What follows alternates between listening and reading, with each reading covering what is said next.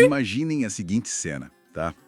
Pensem num carro hiperesportivo milionário, daqueles que custam o PIB de um país pequeno, derrapando a uns 300 quilômetros por hora. E não em qualquer lugar, né? Exato. Derrapando por baixo das pernas de um robô mecha gigante, um bicho de uns 50 metros de altura, o escapamento do carro tá ali estourando chamas e o rádio do jogo tocando música pop japonesa no volume absolutamente máximo. É uma cena de anime total. Muito. E o detalhe mais irônico de tudo isso, esse carro de luxo absurdo foi dado de presente pelo próprio jogo logo depois de quem estava no controle terminar a corrida anterior em último lugar. Literalmente batendo em quase todas as árvores do cenário pelo caminho. Pois é, destruindo o carro inteiro. Bom, sejam todos bem-vindos a Forza Horizon 6. Eu acho que essa é a síntese perfeita de como o absurdo pode ser não apenas divertido, mas, sabe, incrivelmente imersível quando a execução é feita com confiança. Com certeza. E hoje, dia 20 de maio de 2026, a gente está exatamente no olho do furacão desse lançamento, né? Porque ontem foi a estreia oficial do jogo. Sim, e ele já vinha dominando completamente todas as redes sociais durante aquele acesso antecipado desde o dia 15. Não se falava em outra coisa. E os números estão, assim, assustadores, mas no bom sentido. O jogo bateu a impressionante marca de 91 a 92 no Metacritic. É, até agora, a maior nota do ano na indústria dos videogames.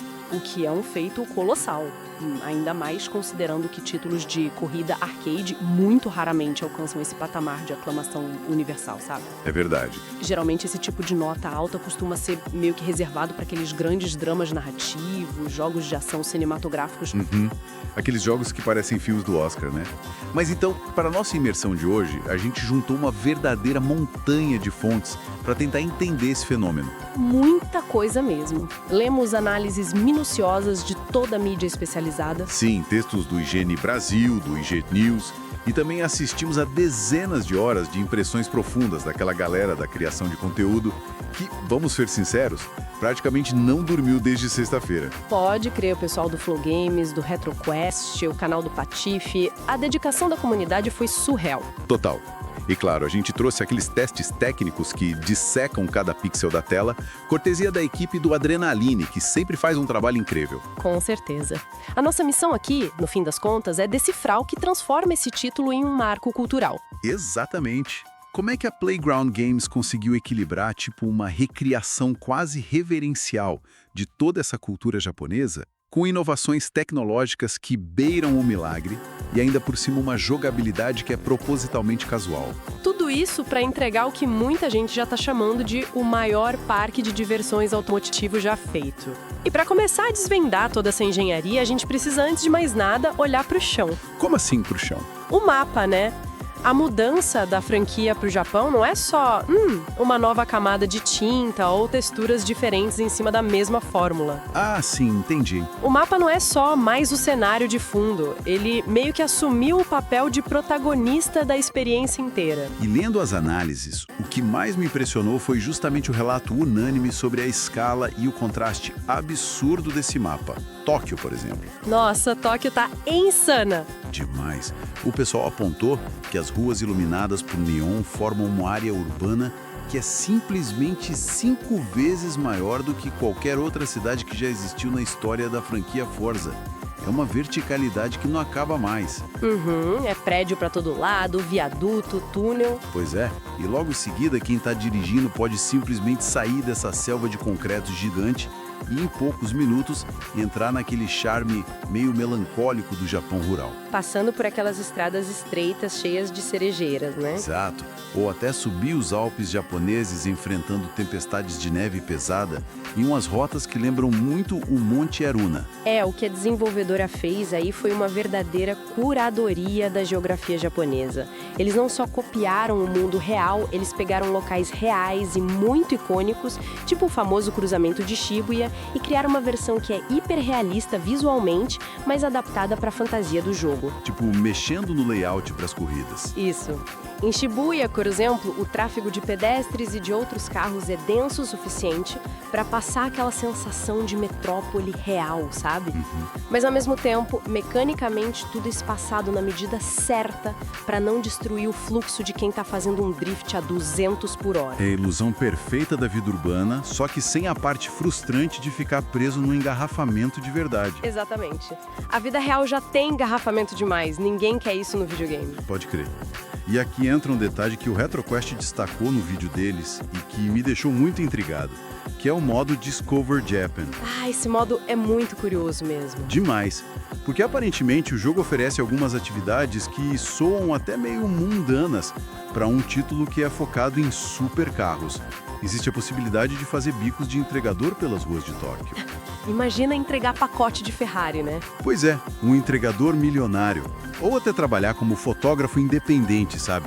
Caçando aquele ângulo perfeito na chuva para estampar capas de revistas automotivas dentro do jogo. Tem também aqueles chamados rolezinhos da MEI, né? Que funcionam literalmente como se fossem umas excursões guiadas de turismo cultural pra galera aprender a história automobilística do país. Sim, mas aí eu confesso que isso me levanta um baita de um questionamento. Qual? Porque pensa bem, um jogo que ficou famoso por te fazer pular de aviões em movimento e quebrar a barreira do som nas rodovias, ele não corre o risco de ficar, meio maçante com essas missões de entregar pacotinho pela cidade? É uma preocupação válida. Isso não acaba ofuscando a alta velocidade e a adrenalina que a base de fãs tanto quer e espera da franquia? Essa é uma dúvida muito comum que surgiu, mas é aí que entra uma sacada genial de design de mundo que o pessoal tem chamado de corrimões invisíveis. Corrimões invisíveis? Como assim? A equipe de desenvolvimento tomou várias decisões estruturais que ficam ali nos bastidores invisíveis para garantir que a adrenalina nunca caia, a menos que as pessoas realmente queiram parar e relaxar. Pensa no clima do Japão, por exemplo. Certo, que tem aqueles extremos bem severos no inverno, neve para todo lado. Muita neve. Só que no jogo, as rodovias principais e aquelas avenidas expressas gigantes são magicamente mantidas sempre com asfalto limpo. Mentira. É sério. A neve densa e aquele gelo que alteram drasticamente a física do pneu são empurrados intencionalmente só para as rotas off-road e para as estradas de terra no alto das montanhas. Peraí, então eles manipulam a meteorologia inteira do mapa em prol do gameplay? Exatamente. Muita gente achou que era bug no começo, mas não é um erro de simulação. É uma escolha mecânica brilhante. Eles criam esses corrimões invisíveis, mantendo as artérias principais do mapa sempre limpas para ditar o ritmo frenético. Caramba, que inteligente! Né? Assim, quem quiser passear devagar, curtir a neve, tirar umas fotos bonitas da cultura local ali na área rural, pode ir tranquilo. Mas a infraestrutura principal está sempre preservada para que cruzar o mapa de uma ponta a outra a velocidades absurdas seja muito fluido. Faz todo sentido. O design do ambiente praticamente pega quem está jogando pela mão e guia de volta para aquela zona de diversão arcade, sem que a pessoa nem perceba que está sendo direcionada. Perfeito. É exatamente essa a sensação. Bom, já que o asfalto é quem acaba ditando as regras do ritmo, como que essa ambientação monumental molda de fato a garagem do jogo? Porque a gente está falando de um catálogo com mais de 550 veículos. É carro que não acaba mais. E assistindo aos vídeos de gameplay do acesso antecipado, eu notei um debate um tanto acalorado sobre esse assunto na comunidade. O lance das marcas, né? Isso. Porque apesar de o jogo ser uma carta de amor explícita ao Japão, a presença de marcas ocidentais é simplesmente esmagadora. Chove Ferrari, Lamborghini, Mercedes e Porsche para todo lado desde o minuto 1. E isso gerou um atrito real. Pois é, muitos críticos argumentaram nas análises que faltou um peso muito maior das marcas que são donas da casa, sabe? Com certeza, isso foi um ponto de fricção enorme. Porque assim, quando se pensa em cultura automotiva japonesa, aquele famoso mercado JDM, né, o Japanese Domestic Market, o imaginário popular imediatamente espera um exército de modelos clássicos da Subaru, da Mitsubishi, Toyota, Nissan. Sim, o Skyline, o Supra, esses clássicos. Exato, já logo nas primeiras horas de jogo. Porque essas marcas são, no fundo, a espinha dorsal de toda a cultura de modificação de rua, os famosos tuners. E a gente não vê tanto isso no começo, né? Não. A predominância de hipercarros europeus logo de cara pode ser um reflexo da complexidade que é licenciar carro hoje em dia. É um verdadeiro labirinto contratual para conseguir as marcas japonesas em peso. Entendo. Mas mesmo tendo essa desculpa dos contratos, gerou sim um estranhamento inicial para muita gente, né? A sensação de que o cardápio não estava tão regionalizado quanto aquele mapa tão detalhado exigia. Gerou, sim. Mas, por outro lado, para compensar essa questão da garagem, os estilos de corrida tipicamente nipônicos estão representados de uma forma muito fantástica, não acha? Sem dúvida. Lendo sobre a estrutura dos eventos, fica claro que a cereja do bolo cultural de Forza Horizon 6 são as famosas provas de Touji. Nossa, o Touji é vital para entender toda a história automobilística japonesa. Historicamente, para quem não conhece o termo, são corridas que nasceram lá naquelas passagens super estreitas e sinuosas das montanhas do Japão. Não são aquelas pistas largas de autódromo, então? Longe disso. Não se trata de uma reta infinita onde quem tem o motor mais forte simplesmente acelera e ganha. Nessas montanhas, as curvas são tão perigosas e tão fechadas que derrapar, o famoso drift, deixou de ser só uma manobra para se exibir. Virou necessidade. Exato, virou uma técnica de sobrevivência para não perder a inércia da velocidade e principalmente para não cair direto de um penhasco. E no jogo, essas provas são traduzidas como duelos de 1 contra 1, que são extremamente técnicos e exigentes. E como um contraste perfeito a essa tensão toda da montanha, a gente tem as provas de resgate nos pedágios de Tóquio. Ah, essas são clássicas. É uma vibe de sair voando pelas rodovias expressas, num estilo que lembra muito a era de ouro de jogos como Midnight Club, zigue-zagueando pelo tráfego. Mas olha, pausa rápida porque aqui é que a coisa fica realmente insana de vez. Pode falar. Como eu mencionei na nossa introdução, o jogo tem corridas de exibição contra um mecha. Um robô gigante tipo um Transformer. É o ápice do exagero. As fontes narram essas corridas de exibição malucas onde o pessoal compete contra aviões a jato, contra aqueles trens-bala icônicos e do nada aparece um maldito Gundam na pista para você apostar corrida. Sim, correndo do seu lado. E a sonoplastia que acompanha todo esse absurdo foi muito elogiada pela mídia. O pessoal nos vídeos falam muito do sistema anti-lag estourando nos escapamentos a cada troca de marcha, tudo isso ao som da rádio in-game chamada Gacha City Pop. Essa rádio foi um acerto em cheio. Muito! Tocando desde aberturas de animes super hipados como Dandadan e Zousen, até umas músicas daquela cantora Aado. Mas cara, parando pra pensar friamente, como é que a Playground Games consegue colocar um duelo técnico e sério de Toad na montanha e logo depois uma corrida fantasiosa contra um robô gigante de anime no mesmo jogo? Sem parecer uma bagunça, né? É. Como eles fazem isso sem quebrar totalmente a imersão de quem tá jogando e fazer a coisa toda virar uma piada de mau gosto? Então, o segredo está no fato de que o jogo em nenhum momento se propõe a ser um documentário purista, sabe? Ah, entendi. Ele não quer ser um simulador ultra realista. De jeito nenhum. A equipe de desenvolvimento usa trilha sonora fantástica e esses eventos colossais como se fossem uma ponte sensorial. O que eles estão vendendo ali não é o Japão geográfico real e chato, mas sim a sensação do Japão que existe no nosso imaginário global. É a versão idealizada. Isso, é uma celebração hiperbólica gigante da cultura pop japonesa como um todo. Ao unir aquela paixão mecânica muito real e tátil do Toad com a fantasia épica dos animes e todo aquele exagero dos filmes de ação tipo Velozes e Furiosos, eles criam um tom que é muito próprio. É o jogo meio que abraça o absurdo, mas com um nível de polimento tão impecável visualmente que o exagero não chega a quebrar a imersão. Na verdade, como a galera comentou, o exagero é a imersão. Exatamente isso. Não tinha forma melhor de resumir. Certo. Mas aí vem outro ponto. Se eu acabei de correr contra um robô gigante e a minha adrenalina já bateu no teto logo nas primeiras 5 horas de campanha, como é que o jogo me mantém jogando? O que vem depois disso? Essa é a pergunta de $1 milhão. E nos leva direto para a grande questão do progresso no jogo. Pois é. As famosas pulseiras clássicas do Festival Horizon voltaram para a alegria de quem sente nostalgia do primeiro jogo lá de 2012. Mas a forma como quem joga é recompensado pelas corridas gerou de longe, mas de longe mesmo, o debate mais inflamado em toda a mídia especializada. Drasticamente inflamado, viu? O canal do Patife, inclusive, cunhou um termo no vídeo de impressões dele que resume a polêmica atual com perfeição. Qual foi? Ele disse, rindo muito, que o novo Horizon virou um verdadeiro simulador de herdeiro. Simulador de herdeiro. Cara, esse é um título sensacional e muito revelador sobre o estado do jogo. Sim, pegou na hora. Porque a estrutura de progressão da campanha abraçou de vez uma filosofia de eliminação total e completa da punição. Como assim? Zero punição. Zero. Quem tá com o controle na mão pode fazer a pior corrida da história dos videogames. Pode chegar em último lugar isolado, pode ignorar todas as curvas, passar reto e bater em todas as barreiras de proteção. E mesmo assim o jogo te aplaude. Mais do que isso. O jogo ainda assim vai te entregar um monte de créditos, barra de experiência cheia e uma daquelas roletas da sorte que frequentemente acabam distribuindo um hipercarro raríssimo como se não fosse nada. Nossa, e eu vi que boa parte dos críticos, especialmente aquela galera da velha guarda que joga desde o primeiro Gran Turismo, expressou uma frustração profunda com esse sistema.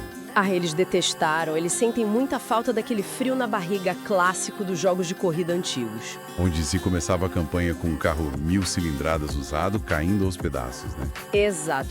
E era necessário suar a camisa por dias, repetindo a mesma pista, para juntar moeda e ganhar o carro do rival no final de um campeonato super difícil.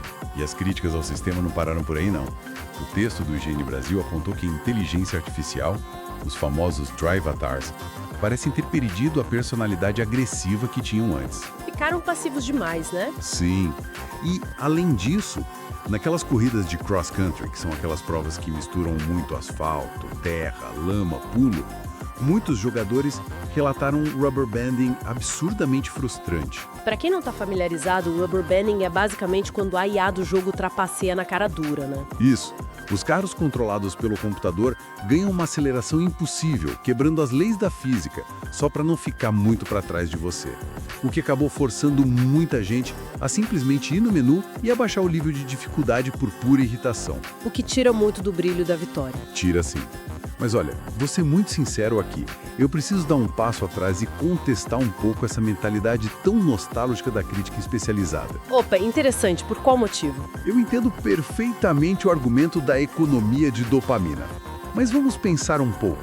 Se eu ganho uma Ferrari novinha em folha como prêmio de consolação por ter destruído o meu Honda Civic numa árvore, qual é o incentivo real para eu me importar em dominar a técnica complexa de drift no Toad da montanha? Exato. Parece que esvazia o propósito. Sim, a falta de risco aparente esvazia o significado da vitória em primeiro lugar, não é? Por que tanta gente na comunidade de games ainda defende com unhas e dentes que todo jogo precisa obrigatoriamente ser mais punitivo e te fazer sofrer? É uma provocação excelente. A realidade é que quem joga títulos mais antigos busca sempre aquele ciclo clássico de desafio severo e recompensa justa. A ideia de que a superação suada é o que dá o verdadeiro valor ao prêmio. O famoso Git Good, né? A cultura de ficar bom na marra. Exato. No entanto, se a gente conectar essa decisão da Playground Games ao cenário maior da nossa sociedade atual, a desenvolvedora fez uma leitura, na minha opinião, cirúrgica do seu público moderno. Como assim? Vivemos numa década de profunda sobrecarga mental. Pensa bem. O burnout tem em todo lugar. Pois é. As pessoas chegam em casa exaustas de um dia de trabalho. O que a equipe de design do Horizon decidiu fazer foi remover proativamente qualquer tipo de atrito dessa experiência de lazer. Eles não querem que você se frustre no seu tempo livre. O jogo não tem a menor intenção de avaliar a competência motora de ninguém ou ser um teste de paciência. A acessibilidade que eles implementaram aqui não é só física, nas opções de menu.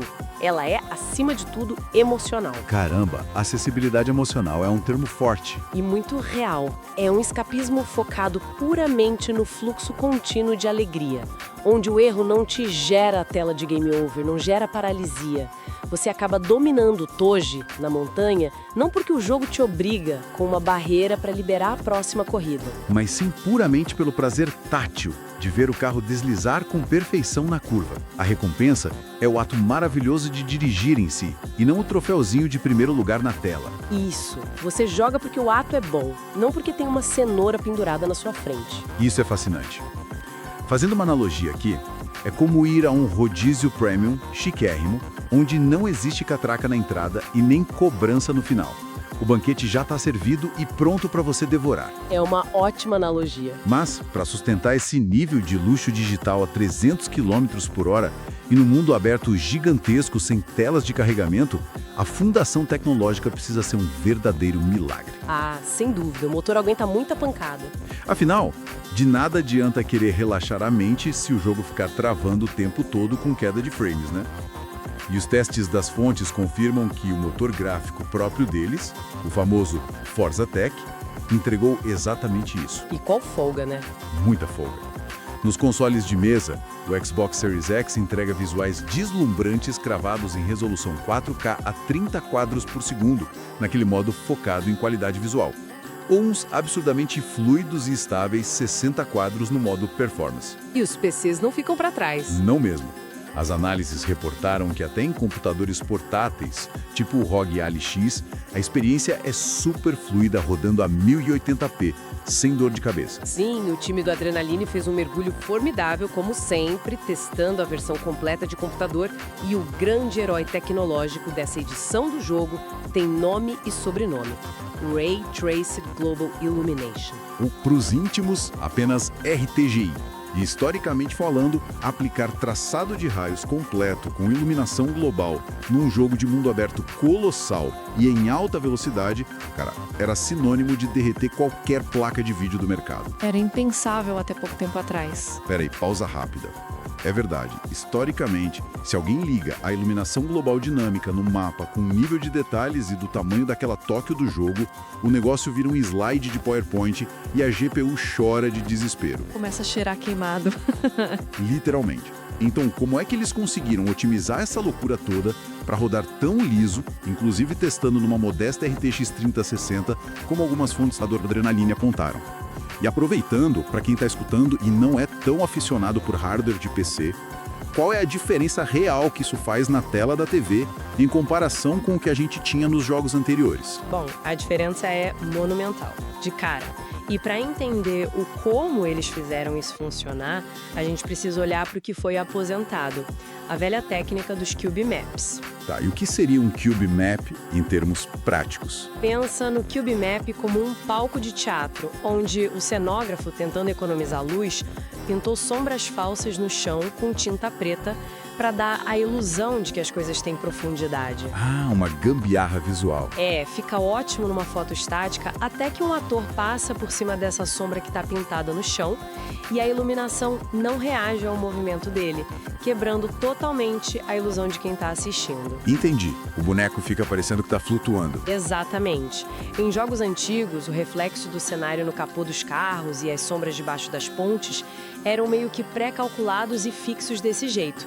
Agora, o RTGI é como se a gente instalasse milhares de holofotes reais e inteligentes dentro desse palco. Holofotes que funcionam de verdade. Isso. A tecnologia calcula os raios de luz em tempo real. A luz sai dos letreiros de neon de Shibuya, bate naquele asfalto cheio de poças d'água da chuva, reflete certinho na pintura metálica brilhante do seu carro e ainda entra pela janela para iluminar o couro do banco no interior da cabine. Tudo de forma incrivelmente realista. É assustador o nível de detalhe. E a otimização inteligente da Playground Games funciona limitando de forma muito sutil a distância no horizonte em que essa física avançada da luz atua com hiperdetalhamento. Assim, eles preservam o processamento sem que ninguém note. O resultado prático é que os carros perdem de vez aquele visual chapado, sabe? Com cara de videogame antigo. Eles finalmente parecem ocupar o mesmo espaço físico, o mesmo ar do cenário, né? Perfeito, essa é a sensação. O peso visual é outro.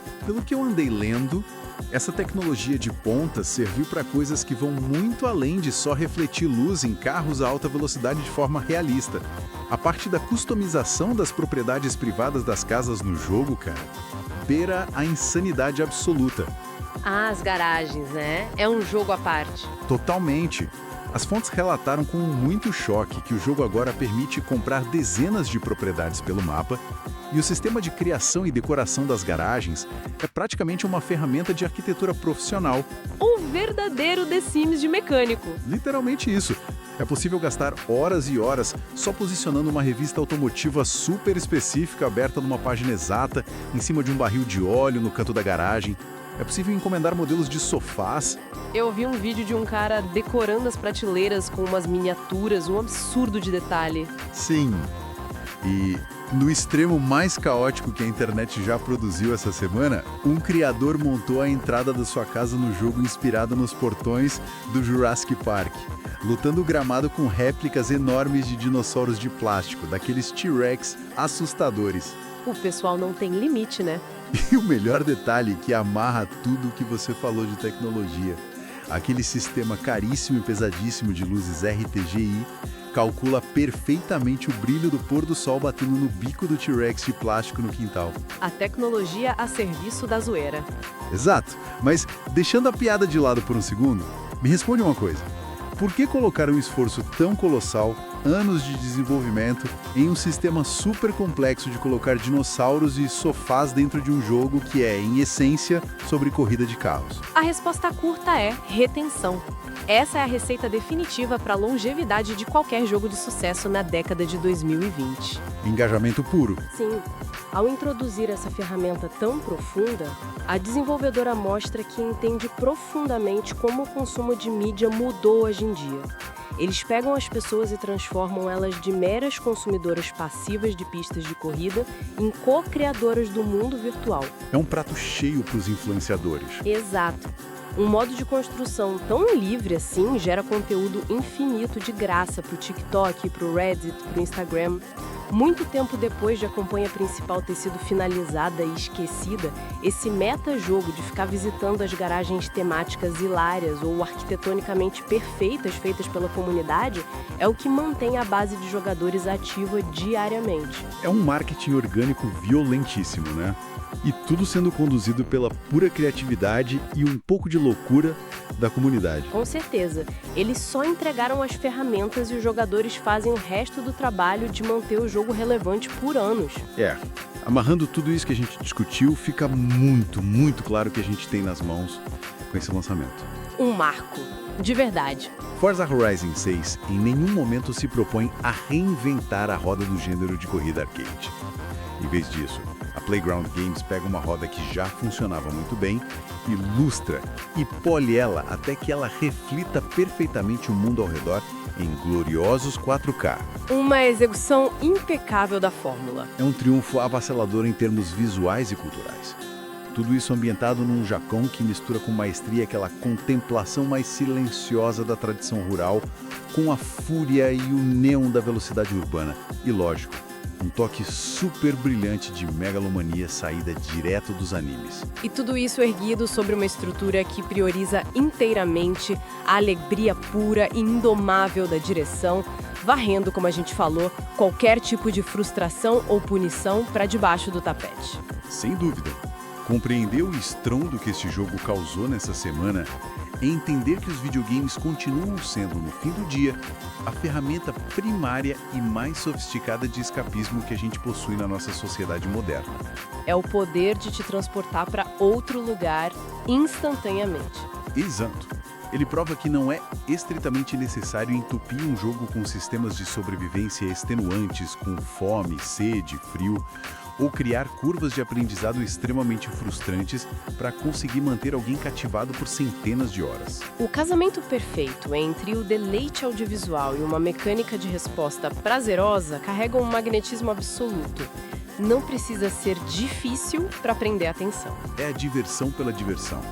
E com tudo isso dito, o lançamento deste gigante verde ostentando aquelas notas estratosféricas na casa dos 92 acaba jogando luz sobre um debate muito provocativo nos bastidores da indústria de games. Sobre as premiações, imagino. Exatamente. Quando chegam os grandes prêmios no final do ano, o Oscar dos videogames, digamos assim, historicamente o troféu máximo, o famoso Jogo do Ano, o GOT, quase sempre é entregue de bandeja para grandes épicos de ação, aventuras cinemáticas melancólicas em terceira pessoa ou RPGs super densos com temáticas pesadas. É o padrão da indústria valorizar narrativas de sofrimento e grandes roteiros. Pois é. Então fica aqui a reflexão central para quem nos escuta hoje mergulhando nesse tópico. Será que uma obra arcade focada em corrida, que abre mão propositalmente de narrativas dramáticas, focando estritamente na diversão mecânica e na excelência absoluta de execução, tem fôlego político e artístico suficiente para furar essa bolha preconceituosa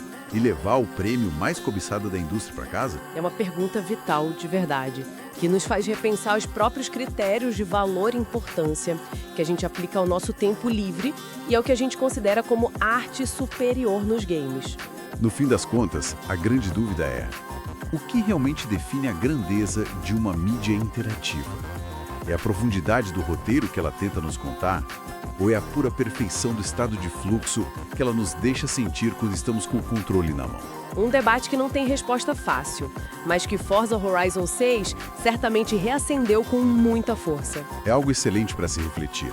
Talvez na próxima vez que bater aquele estresse absurdo de segunda-feira, quando você estiver preso no trânsito diário, cercado por regras chatas e semáforos vermelhos intermináveis. É só lembrar do jogo.